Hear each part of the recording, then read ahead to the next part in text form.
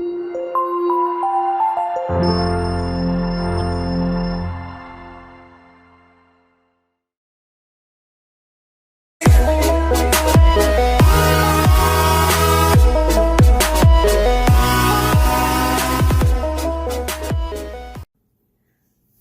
just a quick look at this webcam. So here it is on my monitor, and there I am on the screen. Hello!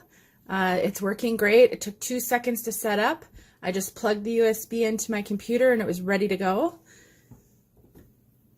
Here it is. So I can use that as a stand right on my, turn this meeting off. All right, as a stand, I can, obviously, I see the red light went on because I just shut the meeting off, so it automatically shut this off. I can use this like I just had it around my monitor. It also comes with this little mini tripod that just screws right into the base of that stand. And then there are menu items on there as well. Comes with a little manual, shows you how to set it up. Could not be easier, works great. Hey guys, what's up? Evil Zombie here. So I want to review and give you my thoughts on a webcam I got. It's a 4K webcam and I'm using it right now.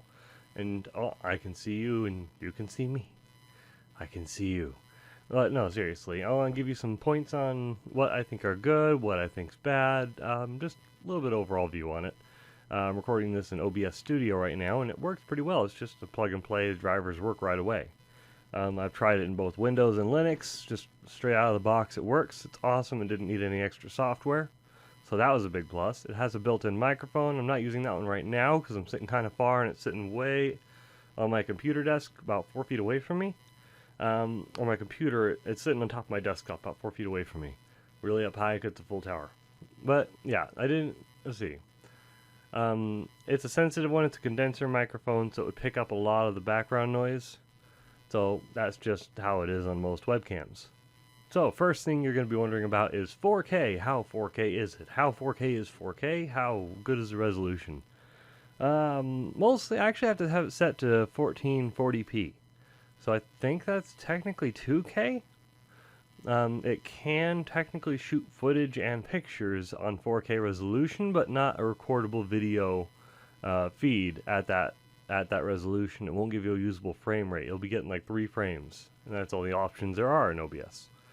But on 1440 it was going up to 30 frames, and every option below that is also 30 frames. So you cannot go 60 FPS on this camera at all. So it could be a drawback for some. It's not really that much of a drawback. But yeah, just kind of giving you a little tidbit of information on that. I've been comparing it with my old webcam, which is a 1080p. I normally use the Logitech C920, which is a good webcam, and it's probably the most well-known.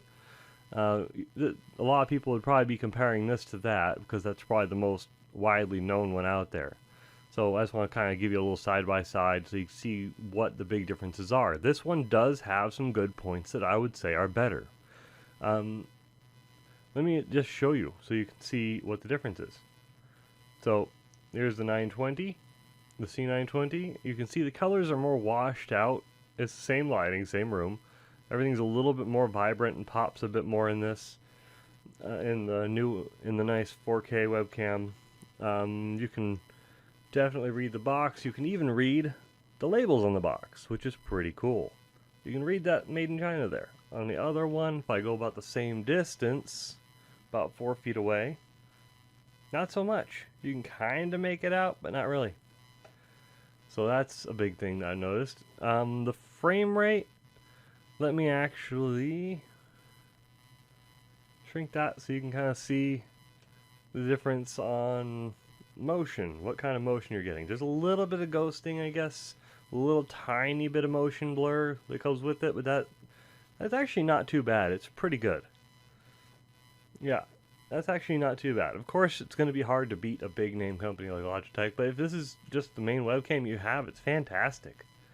Especially recording at such a high resolution. I mean, it's keeping up. It's pretty good. This is at a solid 30 FPS, and yeah, this is about as good performance as you'll get out of it. This is running on an i7 with 32 gigs of RAM. So it's working good, it's fast, it's furious. I have no issues with that. It's very fluid. I do like the colors more. I'm colorblind even, and I still can tell the colors are better in the 4K webcam. The colors are definitely more vibrant, they pop more overall. Everything has a little bit more of just the whitewashed look on the C920 for some reason. But I do like how things are looking on the new one. That's a really big plus for me. Just going to hide the other one. There we go. You can definitely see a lot more detail in it. It's nice. The only downside I've really noticed is it does look a little bit more either digital or grainy. Kind of grainy. And any of the lower resolutions will just look like trash. It'll be very pixelated. I've tried it. It'll look very pixelated. So lower resolutions will just look like that. But at the current high resolution, it looks good. It does look a little grainy though, because you can tell by looking at that carpet that's right behind me over there. There. It looks kind of, you can see the fuzzies. It looks kind of like film grain almost. And on the wall over there. So it just doesn't know how to differentiate the color. I'm not really sure what's happening there.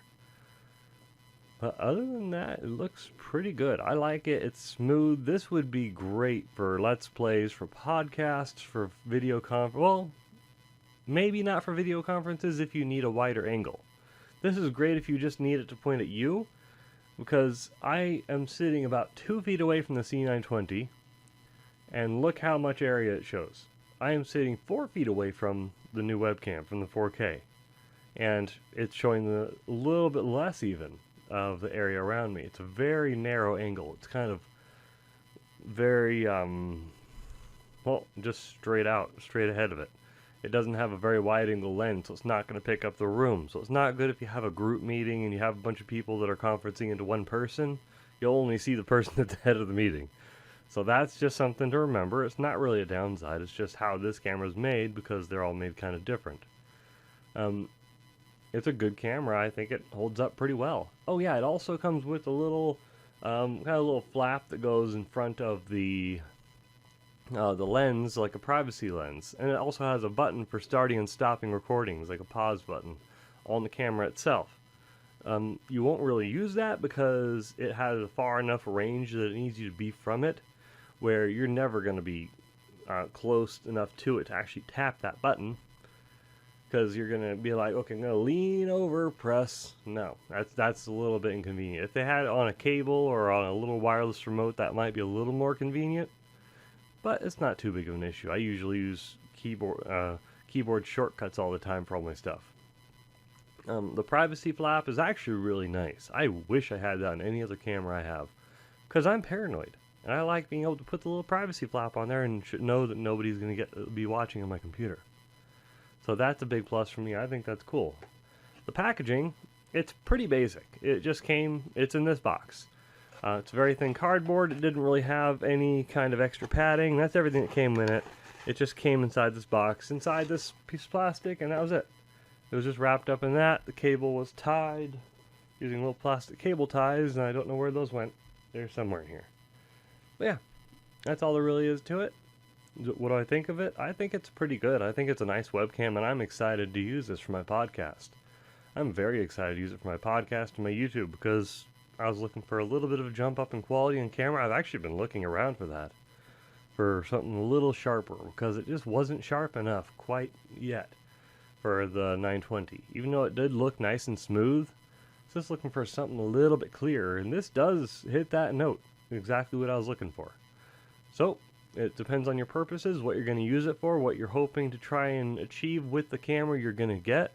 If this matches what you're looking for, awesome, because it's good. Okay, thanks for watching. Hopefully that was helpful. Bye.